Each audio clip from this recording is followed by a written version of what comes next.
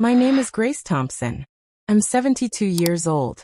And I'm not ashamed to say that I walked away from my only child, my son, after 25 years of pain, disrespect, and abuse. I gave him life, raised him with love, and sacrificed everything so he could have a future.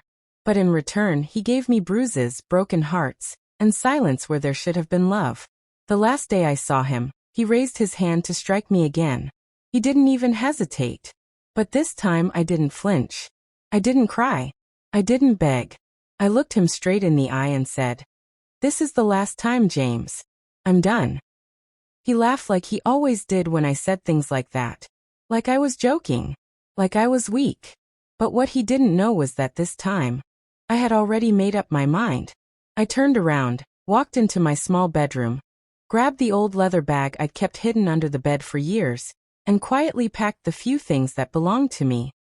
I took my Bible, a picture of my late husband, 2 dresses, and my mother's necklace, the only thing she left me before she passed. Then I walked out. I didn't slam the door. I didn't look back.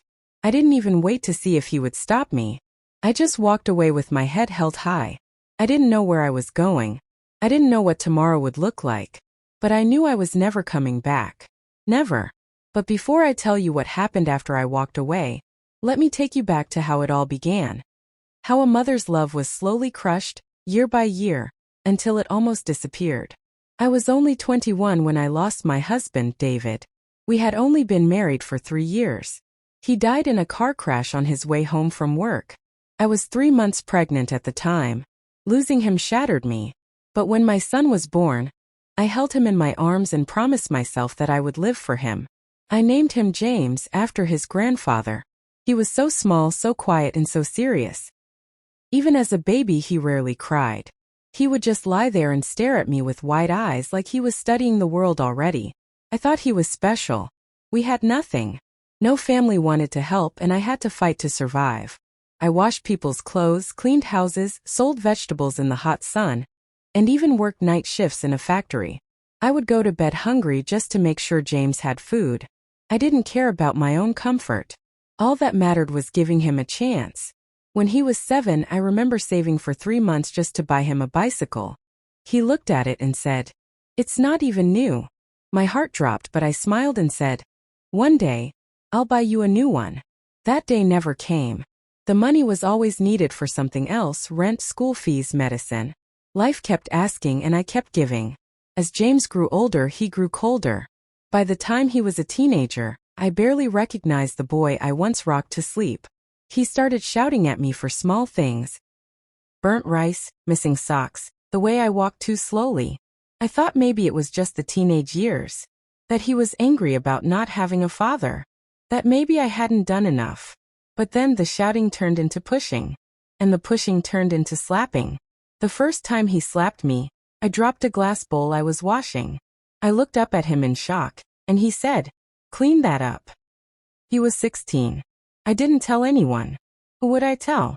What mother wants to say, "My son hits me"? What mother wants to admit that the child she raised with love is now her tormentor? So I stayed silent. I told myself he'd change. That he was just hurting. That if I loved him harder, he would come back to me. But love doesn't fix everything. Sometimes love is not enough. When James turned 25, he took over everything. The house, the money, even the keys to my room. He controlled what I ate, when I went out, and who I spoke to. I was no longer his mother. I was his prisoner. He would insult me in front of his friends. "She's useless now. Just an old woman wasting space." They would laugh. I would pretend not to hear. But every word cut deep, like a knife pressed against my chest. One night he came home drunk. He kicked the door open and shouted, "Where's my food?" I had made his favorite, rice and chicken stew, but it had gone cold waiting for him. He looked at it, then picked up the plate and threw it at the wall. The food splattered everywhere. Then he turned to me and said, "You can't even do one thing right." I cleaned it up in silence, my hands shaking. I had spent hours cooking that food with love, thinking maybe today he'd smile. But he never smiled. There were brief moments, very brief, when he'd apologize. He'd say, "I'm sorry, Mom. I was just tired." He'd buy me biscuits or flowers the next day. and for a second I'd believe he was changing. But the storm always came back. Louder. Meaner. One day, he told me to move into the back room because his girlfriend was coming to live with us. I said softly, "But that's the storeroom. There's no bed in there." He looked at me without blinking and said, "Then sleep on the floor." And I did. For 2 years I lived in that small dusty room with no window. My knees ached from sleeping on the cold tiles. My back hurt. My soul hurt even more. Then one morning while sweeping the compound I collapsed. I was dizzy, tired, and weak. I heard James open the door, saw his shoes stop beside me. I thought he'd help me, but he just stepped over my body and said, "You better not die in this house and bring bad luck." That moment was the turning point. As I lay there on the floor, I felt something inside me change. A quiet voice whispered, "You've done enough. You've suffered enough. It's time." I waited. I waited for the right day. I gathered the little strength I had, and when he raised his hand again, that final time, I didn't cry. I didn't run. I stood tall and told him, "This is the last time, James. You'll never touch me again." And I meant it. I left everything behind. The house, the pain, even the photos on the wall. I left it all. But what I didn't know then was that walking away wasn't the end of my journey. It was only the beginning of a different kind of battle. The sun was just beginning to rise as I walked down the dusty road with nothing but my old bag on my shoulder. I didn't know where I was going. My heart was racing. My legs were shaking. But for the first time in many years, I felt something I had forgotten existed: freedom. I didn't have a phone. I didn't have money. I didn't have anywhere to sleep that night. But I kept walking. I told myself, "Grace, just keep moving forward. Don't turn back." I walked for over an hour before I reached the local church. It was still locked, but I sat on the wooden bench near the entrance and waited. My hands trembled as I held my Bible close to my chest. This was the same church where James was baptized. The same church where David and I got married. So many memories lived within those walls. Some sweet, some bitter. When the caretaker, Brother Thomas, arrived to open the gates, he was shocked to see me. "Mama Grace, are you okay?" he asked. I forced a smile. "I just needed somewhere to sit. I've been walking since dawn." He helped me inside, gave me a cup of warm tea, and I sat in the back of the church for hours watching the candles flicker. I didn't say much. I couldn't. The tears had dried, but the ache in my heart stayed. After some time I finally whispered a quiet prayer. "God, I don't know what happens next, but I trust you. Please lead me." That afternoon, the pastor's wife, Sister Evelyn, came by. She was a kind woman in her early 40s, full of energy and always smiling. She had lost her own mother years ago and always treated me with extra care. When she saw me sitting there, she dropped her bag and rushed to me. "Mama Grace, what's going on? Where is James?" I hesitated. I didn't want to explain. I didn't want to feel ashamed. But I looked into her eyes, and something in me gave way. The words poured out like a flood. "I left," I said almost in a whisper. "I left him." She sat beside me and held my hand tightly. "You did the right thing." She didn't ask questions. She didn't judge me. She just offered me a warm plate of rice and a bed in the church guest room. I hadn't slept on a real bed in years. That night, as I lay on the soft mattress and pulled the clean blanket over myself, I cried quietly. Not tears of pain this time, but tears of relief. The next morning, I woke up to the sound of birds chirping outside the window. It was the first peaceful morning I had in a long, long time. I stretched slowly, savoring the comfort. Later that day, Sister Evelyn returned with her husband, Pastor Mark. They both sat me down and asked gently if I wanted to talk more. So I told them everything. From the moment James started raising his voice to the day he stepped over me like I was nothing. I didn't leave anything out. They listened carefully. Pastor Mark shook his head slowly. "No child has the right to treat their parent that way. You gave him everything, and he gave you pain. But you are not alone now, Mama Grace. We will help you." They offered me a place to stay in the church compound for as long as I needed. I insisted I didn't want to be a burden, so they gave me small tasks: sweeping the church, folding bulletins, helping cook meals for the children's program. For the first time in years, I felt useful. I felt wanted. But not everyone saw it that way. 3 days after I left James' house, he came looking for me. I was in the kitchen peeling yams when I heard his voice outside. Loud. Angry. Mama. Come out here now. My heart stopped. I froze. Sister Evelyn quickly pulled me back and closed the kitchen door. You don't have to face him, she said firmly. But I stood up. I needed to. I walked outside and looked at him. His eyes were red, not from tears but from rage. What do you think you're doing running away like a child? He shouted. You embarrassed me. I stood my ground. James, I am not your property. I am your mother. He looked at me like he didn't recognize me. You're staying in a church like a beggar? You're destroying my name. That's when I realized he didn't come because he missed me. He came because he lost control. I didn't leave to hurt you, James, I said quietly. I left to save myself. He stepped closer, but Pastor Mark came out and stood between us. That's enough, James. If you can't speak to your mother with respect, you need to leave. James cursed under his breath and stormed off. I stood there watching my son walk away, and I didn't feel sad. I felt free. But deep down I also felt something else, fear. Because I knew James. And I knew he wasn't going to let go that easily. Later that evening, while I was helping to set up chairs for a prayer meeting, a woman I had never seen before came to the church compound. She looked young, maybe in her early 30s. She had a small child on her back and a tired look on her face. Are you Grace? She asked. Yes, I replied. She looked around to make sure no one else was listening. Then she leaned in and whispered, I'm his girlfriend. James. I don't know where else to go. He beats me too. Please help me. The ground felt like it moved under my feet. I stared at her in shock. This young woman. This child. She had been living with the same monster I had escaped from. And now she had come to me. The very woman he had broken for 25 years. I took her hand and said, Come inside, dear. You're not alone anymore. But I knew this wasn't the end. If James had hurt her too, then this story was far from over. 'Cause now it wasn't just about me. It was about breaking the cycle. And protecting anyone else from the same pain I had endured. Her name was Tasha. She was 28, with soft eyes that looked much older than her age. The little girl on her back couldn't have been more than 2 years old. Her clothes were worn thin, and her voice trembled with every word she spoke. I could see the fear all over her, the same kind of fear I had worn like skin for so many years. I took her into the guest room I had been using and sat her down on the bed. She kept apologizing. I'm sorry for coming here. I didn't know where else to go.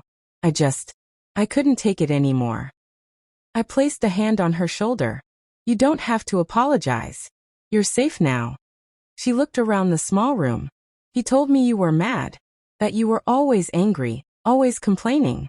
He said you used to beat him. I smiled bitterly. That's what abusers do. They twist the truth so they don't have to face it.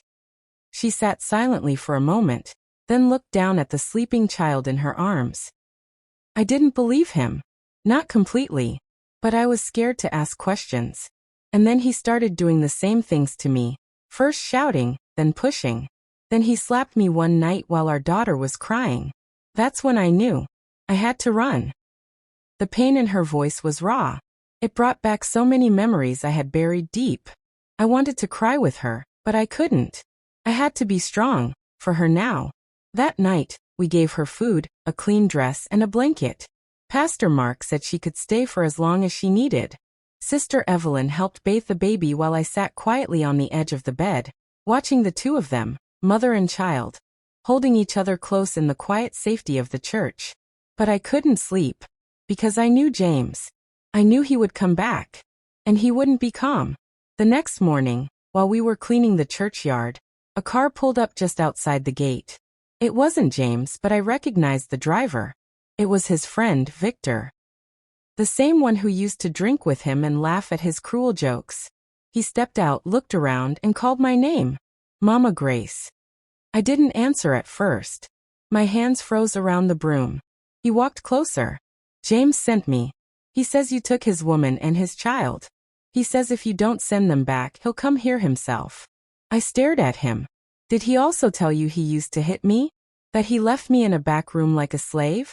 That he almost watched me die on the floor without blinking? Victor looked uncomfortable. That's family stuff, Mama. You know how boys can be. I interrupted him. No. That's not how boys are. That's how monsters behave. He scratched his head, then turned and walked back to his car. I just delivered the message. Good luck. Good luck.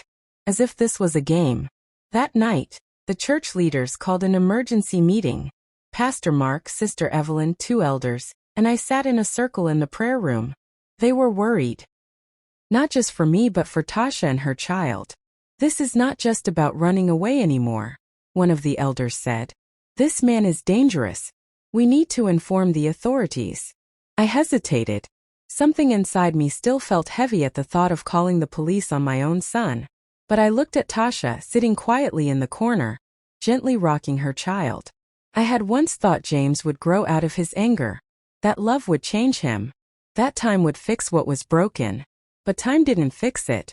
Time fed it. And I had fed it with my silence. No more, I said. If the police are what it takes to protect her, to protect others, then yes. Call them. Tasha held my hand. Thank you. I've been so scared. I nodded. I used to be scared too. But fear is how he wins. The next day we went to the police station. I gave my statement first. I told them everything, 25 years of control, of pain, of humiliation. Then Tasha gave hers. The officer listened carefully, took notes, and promised to file a restraining order immediately. When we returned to the church, the air felt lighter. Like a small victory had been won. But victories don't come without consequence. That evening James called. Not me, he called the church directly. I happened to be in the hallway when the phone rang. Sister Evelyn answered, then handed it to me slowly, her face pale. I pressed the phone to my ear. Hello. His voice was cold, sharp. You really did it, huh? You went to the police. I had to, I said. You left me no choice. You think this makes you strong? He sneered.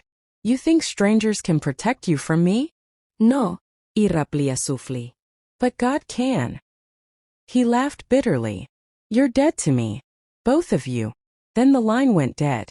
I stood there for a long time, the phone still in my hand. I felt no tears. No fear. Just a quiet sadness. A sadness for the boy I once held in my arms, who used to fall asleep on my chest. A sadness for the man he became. And a sadness for the mother I could have been if I had known how to walk away sooner. Later that night, a knock came at the church gate. Hard. Repeated. We all rushed outside.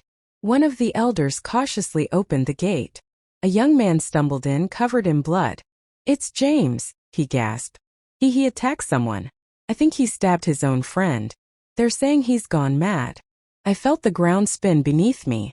My knees buckled. Tasha grabbed me just in time. I sat on the church bench that night, wrapped in a shawl, shivering, but not from cold. I couldn't stop the image in my head. James. Covered in rage. Covered in blood. My son. My only child. What had he become? The young man who came to deliver the news was still shaking. He sat with a glass of water, barely able to speak. They were drinking, arguing, he stammered. James told Victor he was a traitor for warning you. Then suddenly he pulled out a knife. Everyone around me fell silent. Sister Evelyn put her arm around me gently. Mama Grace, the police will handle it. I nodded slowly. He used to play with spoons and make airplane noises while I fed him mashed yam. Now he's stabbing people. A part of me felt guilt. Maybe I should have spoken up earlier. Maybe I should have done more when the signs started showing. But I reminded myself, abuse is not the victim's fault.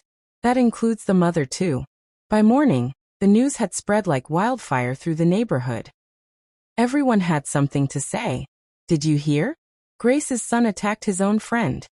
That boy's been off for years. But no one wanted to speak up. I heard he was raised without discipline. That's the problem. People always had opinions after the fact.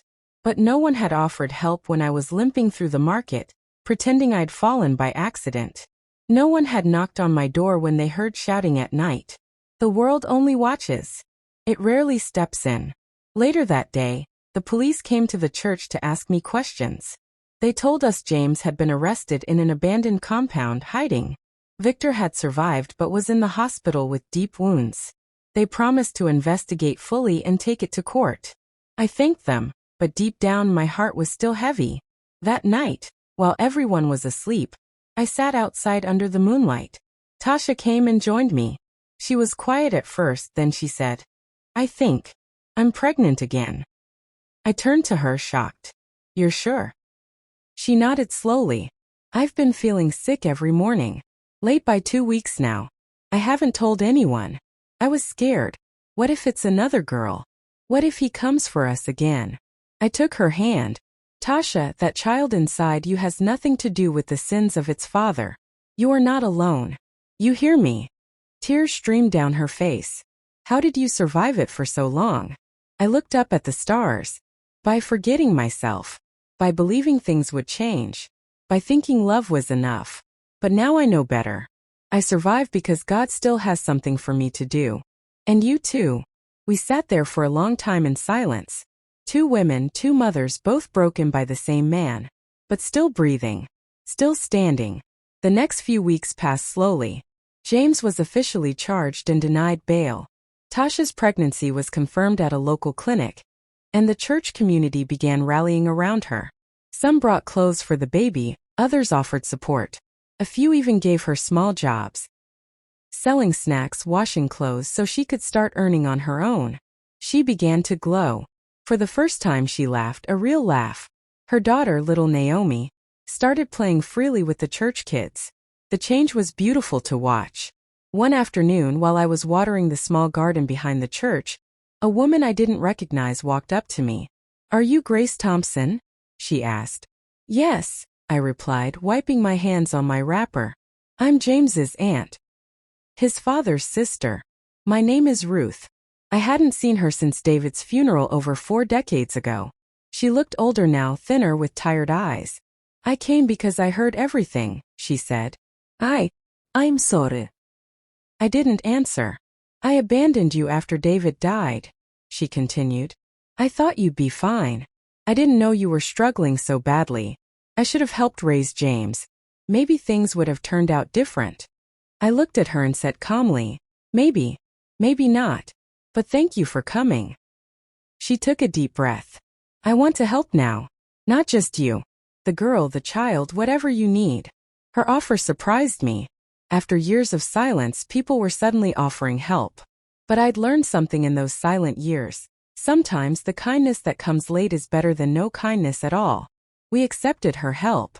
Ruth started visiting Tasha often, bringing groceries, helping care for Naomi.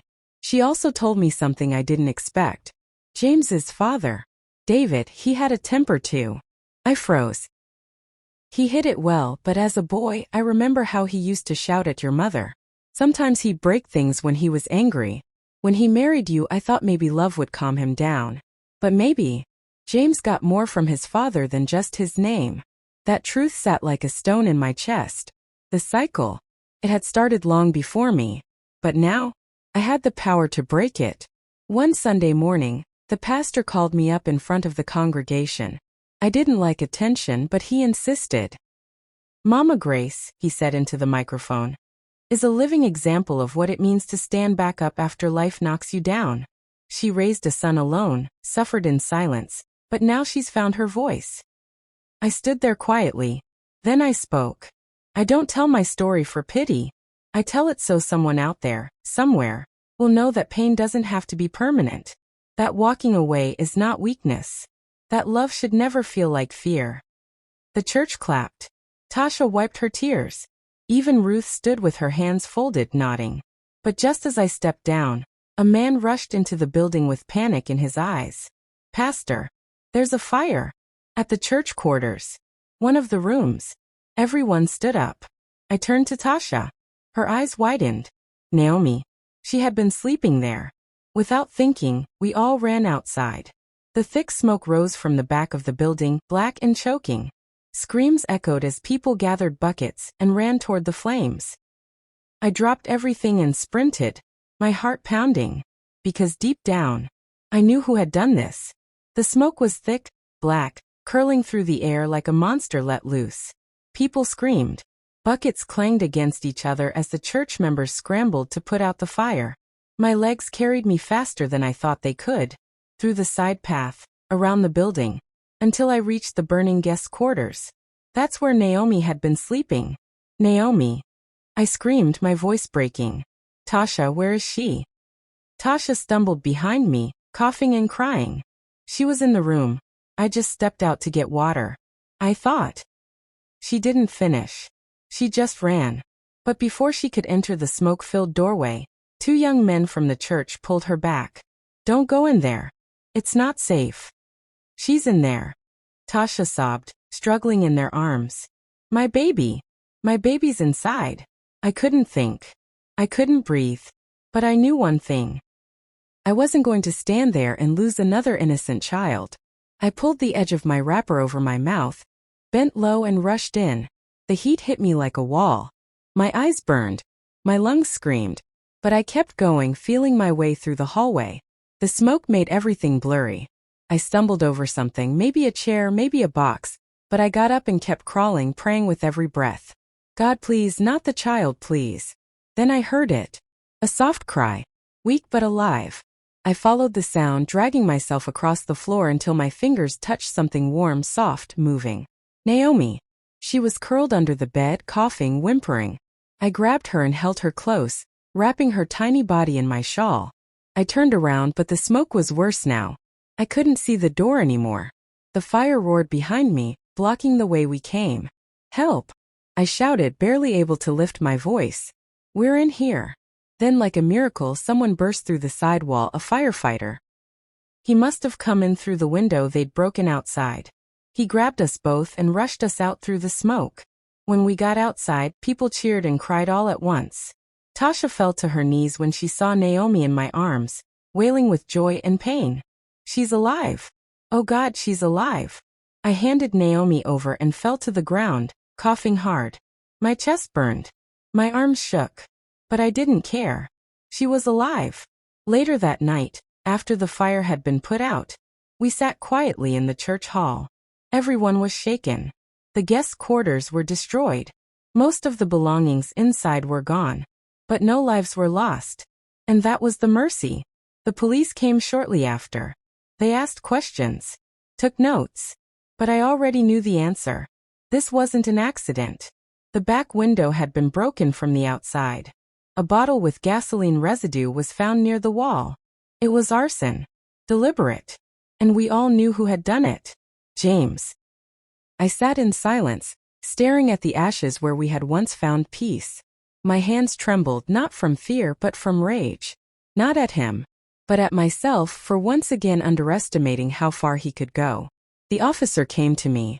Ma'am, we'll need to take your statement.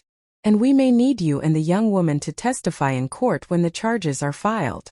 I nodded. I'll do whatever it takes. They told us James had escaped from the hospital holding unit where he'd been kept after his arrest. He had stabbed Victor, yes, but now he was running. And no one knew where he was hiding. We're doing everything we can to track him, the officer said. But we need you to be careful. He's desperate now. Desperate. That word haunted me. Because I remembered what James was like when he was desperate as a child. He would throw tantrums, break things, lock himself in a room for hours. And when I refused to give in, he would go silent for days. That silence was always more dangerous than his shouting. That evening, with the guest quarters burned, the church found a family willing to take Tasha and Naomi in temporarily. It was a kind couple who had 3 daughters of their own. They had extra space and open hearts. As for me, I stayed in the small prayer room behind the altar, sleeping on a mat. I didn't mind. I couldn't sleep anyway. My heart was heavy. My thoughts raced. I kept asking myself one question. Where did I go wrong? I gave him everything. My youth. My strength. My love. I took beatings. I swallowed insults. I forgave when I should have fought. And now here we were, living in fear of a boy I raised with my own hands. That night I dreamt of David, my late husband. He was standing by the kitchen door, holding James as a baby in his arms. They both looked peaceful. I walked up to them and tried to touch James's cheek. But as I got closer, the baby turned and looked at me, and his eyes were full of fire. I woke up drenched in sweat. The next morning, we received word. James had been seen near the old train station on the edge of town. He was with a group of street boys, some known for stealing, others for worse. They had taken him in. The police planned a quiet operation to arrest him without drawing attention. I sat on the bench again, Bible in my lap, and asked God a question I had never asked before. What do you want me to do with this pain? And a quiet voice in my heart answered, turn it into strength. That evening, as I was walking around the compound, checking the damaged walls, Ruth, James's aunt, arrived again. She looked troubled. I need to tell you something, she said. I nodded. She looked around, made sure no one was listening, then whispered. James wrote to someone in prison. He's asking for help. Someone who used to deal with weapons. I stared at her. Weapons? Yes. He wants revenge. I felt my knees go weak. I grabbed the railing for support. How do you know this? My son, he's in that prison. He saw the letter before it was delivered. He risked everything to bring me this warning. I covered my mouth in shock. My son had crossed a line. This wasn't just about anger anymore. He had become something else. And deep inside I knew. The next time he came back, he wouldn't just be carrying words. He would be carrying death. It rained that night. Not a soft, gentle rain. The kind that washes pain away, but a loud, angry storm, as if the sky itself was warning me of what was coming. I sat by the window of the prayer room, listening to the wind slam branches against the tin roof. My thoughts were heavy. Ruth's words echoed in my mind like a drumbeat I couldn't silence. He wrote to someone in prison. He wants revenge. James wasn't just angry anymore. He wasn't just broken. He was dangerous. And I was his target. As lightning lit up the sky, I stared into the dark and asked myself something I'd avoided for years. What if my son truly hates me? What if there's no love left in him at all? I didn't want to believe it. But the truth was becoming clearer by the day. The boy I once rocked to sleep no longer existed. He had been swallowed by the man he became, cold, bitter, cruel. The next morning, I didn't wait for the police. I took the letter Ruth's son had smuggled from the prison and went straight to the station. I wanted to make sure it was in the right hands. The officer read it carefully. The handwriting was unmistakable, James's. The words were chilling. They'll all pay for turning against me. Especially her. The old witch. She'll see what it means to cross me. I closed my eyes when the officer read those lines. I didn't cry. I couldn't. I had already shed oceans. What was left now was not fear, but fire. The officer stood. We'll increase security around the church and the family housing the girl. But ma'am, I must ask, do you feel safe staying there? I answered without thinking. No. But I won't run again. They nodded, offered an escort to the church, and promised to send plainclothes officers to stay nearby. But as the hours passed, something inside me shifted. It wasn't just about protecting myself anymore. It was about stopping James before he hurt anyone else, Tasha, her baby, or some other helpless soul in his path. The next day, I visited Victor in the hospital. His arm was in a sling, and his face still bore scars. But when he saw me, he smiled weakly. Mama graci. I'm sorry, he said. I should have spoken up sooner. I knew what he was becoming. I saw it.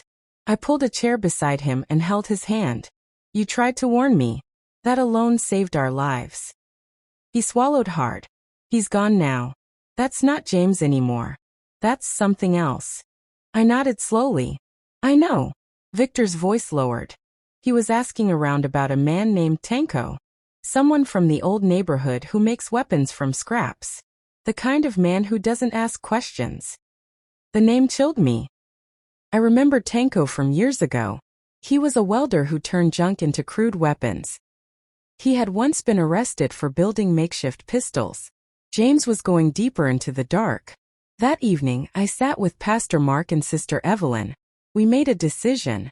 We were going to move Tasha and Naomi to a new safe location outside the city, at a women's shelter run by a retired nun who had once escaped violence herself. We didn't tell anyone where it was, not even Ruth. We have to assume James is watching, Pastor Mark said. We need to be careful. Tasha cried when we told her. She clung to me and said, I don't want to leave you behind. I hugged her tightly. You must go. You're carrying a new life now. You've done nothing wrong. He won't find you. I'll stay here and face what I should have faced years ago. We arranged for her departure in secret. By dawn the next morning she was gone. I watched the bus drive off, holding my hands to my chest and whispering a prayer over them. Then, for the first time since I left James's house, I was alone again. 3 days passed. Quiet. Too quiet. Until one night I heard something. It was past midnight. I was in the prayer room when I heard movement outside, a scrape, a whisper, a click. I stood up, heart pounding. I knew that sound. A blade. I moved quietly to the door, pressed my ear to the wood. Then a voice. Muffled but familiar. Right outside. You don't get to leave me, old woman. Not after all these years. I made you who you are. James. He was here. I backed away slowly, heart racing. I reached for my phone to call the police, but there was no signal. The storm that had started again must have knocked the lines out. I looked around the room. No back exit. No weapon. Just the old metal cross that hung on the wall. I grabbed it. Not because I thought it could stop him, but because it reminded me who I belonged to. I could hear him now, trying the lock, pushing at the door. Then came the voice again, louder, more twisted. Come out and face me, or I'll burn this whole place down again. I knew I had seconds. I knelt on the floor, said the fastest prayer I could. God, if this is the end, let me go with courage. But if you still have a purpose for me, protect me now. Then a loud bang. The door cracked. He was breaking it down. But just before it gave way, sirens. Bright red lights flashed through the stained glass windows. James cursed loudly. I heard his footsteps retreat. And then silence.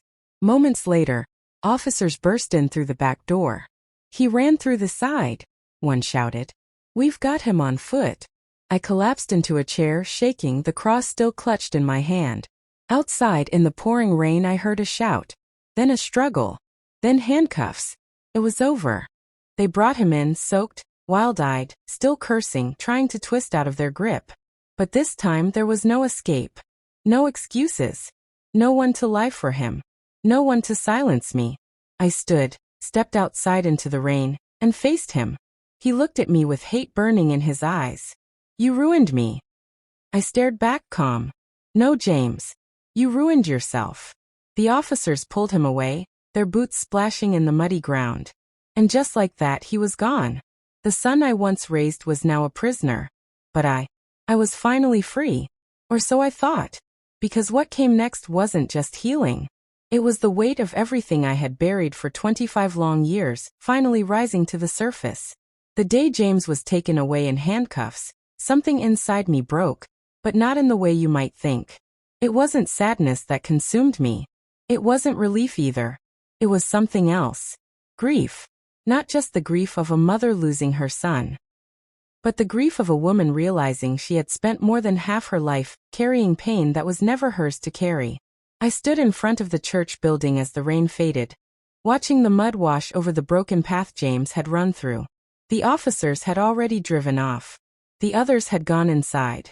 I was alone, soaked to the bone, but still standing. I walked back into the prayer room, shut the door quietly, and knelt on the floor. For once, I didn't ask God for anything. I didn't cry either. I just stayed there, silent, breathing, listening. Sometimes healing begins with silence. The next morning, Sister Evelyn brought me tea. She sat beside me, her hands gentle. You need rest, she said. Your body has been strong, but your spirit has been bleeding. I didn't argue. I lay down on the small mat and closed my eyes. For the first time in years, I slept deeply. But when I woke up, the dreams returned. They were flashes, memories broken and blurred. James as a child holding my finger with his chubby hand. James at 13 screaming at me because I asked him to clean his room. James at 20, slamming the door after I refused to give him more money. Then I saw myself crying behind that same door, hiding bruises with makeup, smiling through tears in church, telling everyone, He's fine, just stressed. Telling myself he'll change. He'll change. He has to change. I woke up gasping, my heart pounding. The truth hit me so hard I almost couldn't breathe. I had been lying to myself for 25 years. James had become my master and I, the servant. I had made excuses for him, shielded him from consequences, and in doing so, I had slowly erased myself. That realization didn't crush me. It set me free. Later that day, I got a call from a woman I hadn't spoken to in years, Margaret. She was my childhood friend before I got married. We had lost touch after David died. I heard what happened, she said gently. Grace, I'm proud of you. Her voice made me cry. The first real tears I had cried in days. She invited me to spend a few days with her in the countryside. Come breathe, she said. Come find yourself again. And for the first time in decades, I said yes to something that was just for me. When I arrived at Margaret's home, it felt like I had stepped into another world. Her house was small but full of color. Flowers lined her windows. Birds sang in the morning. It was peace like I hadn't known in years. You don't have to be strong here, she told me. You don't even have to talk. Just rest. And so I did. I walked barefoot on the grass. I cooked meals with her. We laughed over memories of our youth. How we used to dance in the rain. How we snuck mangoes from old Mrs. Ade's tree. I began to remember who I was before James broke me. One afternoon, I sat by her garden and wrote in a journal for the first time in my life. I didn't know what I was doing. I just let the words come. My name is Grace. I am a mother. But I am also a woman. I've been hurt, used, forgotten. But I am still here. I walked away with my head held high. And I'm never going back. I didn't realize Margaret was watching me. She smiled and said, You should share that with other women. There are thousands who feel what you feel, but don't have the courage to speak. It stirred something in me. What if my story could help others? What if all my pain could become someone else's strength? When I returned to the city, the church had organized a small event for women who had survived domestic abuse. They asked me to speak. At first I said no. But the night before the event, I dreamed of a young girl, beaten, crying, hiding in a corner. I didn't know her. But in the dream, she looked up at me and said, Please talk. I need to know it's okay to leave. I woke up trembling. I called Pastor Mark and said, I'll speak. The day of the event, the hall was full. Women of all ages. Some with visible scars. Some with invisible ones. I stepped up to the microphone, my hands shaking. My name is Grace, I began. And for 25 years my own son abused me. He broke me. He made me believe I was worthless.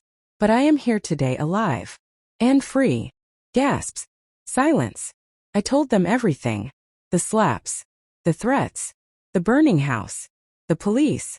The final arrest. I didn't hold back. And when I was done they stood and clapped. Some cried. Some came forward to hug me. One woman whispered in my ear. I thought I was alone.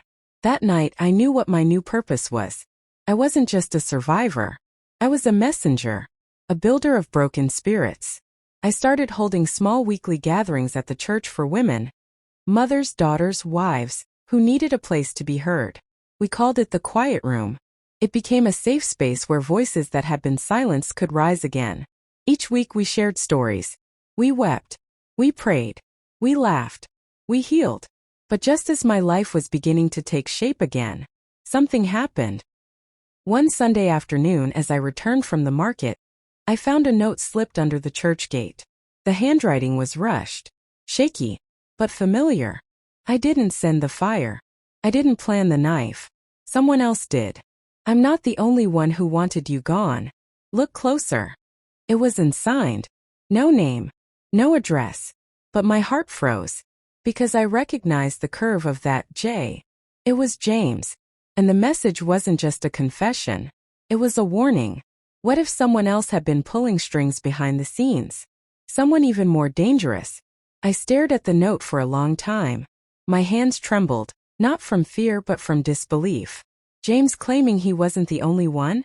I didn't send the fire. I didn't plan the knife. Was he lying? Trying to twist my mind again just as he'd done so many times before? Or was he actually telling the truth this time? I locked the church gate and took the letter to Pastor Mark. He read it twice, then looked up at me with concern in his eyes. "We assumed James acted alone," he said. "But if someone else was involved, we need to know." That night I couldn't sleep. The memories came rushing back. Every strange look, every unspoken moment. There had been times when certain things didn't make sense, like how James always seemed to know where I was, or how, even before he was released, small things around the church had started to go wrong. Candles missing, keys misplaced, the lock on the prayer room mysteriously broken. And then, something came back to me. Nathan, one of the young men in our congregation, a quiet, polite boy who had been helping James with small errands before his arrest years ago. James had called him loyal, said he was like a son to him. I had trusted him. But after James was taken away, Nathan disappeared. I hadn't thought much of it. I was too busy surviving, healing. But now, I wondered. I spoke to Ruth the next day. Her son had once worked with Nathan at a small garage downtown. She promised to ask around discreetly. 2 days later, she returned with information that made my heart stop. "Nathan was fired months ago," Ruth said. "He was caught trying to steal car parts late at night. But guess who kept bailing him out every time he was in trouble?" I said the name before she could. "James." Ruth nodded. "And Grace, people say they still see Nathan roaming around the church compound late at night. Like he's watching." I felt sick. We had let our guard down. And whoever Nathan really was, he was still out there. I immediately contacted the police and handed over the note. They reopened their investigation. For safety, Pastor Mark moved me temporarily to a secure guest house on the other side of town, where church leaders sometimes stayed when traveling. For the next week, I lived like a woman in hiding again, but this time I was watching, learning. And then one afternoon, I received a message from an unknown number. "Tell them to stop looking. You already got your son locked away. Don't make the rest of us angry." That was it. The rest of us. James had lied, yes, but not entirely.